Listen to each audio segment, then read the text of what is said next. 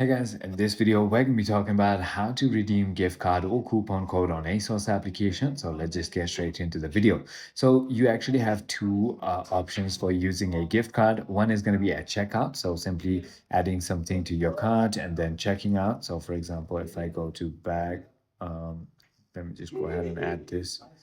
Let me just head into the bag. And now if I go ahead and click on checkout, it's going to simply go ahead and take me to this page where there's going to be a option which says promo, student code, or gift card voucher. You can simply go ahead and enter it right over here by selecting a gift card if you have a gift card, or promo if you have a promo, just like that. Or the second option is going to be by simply heading into the my account tab, so which is going to be this bottom right option.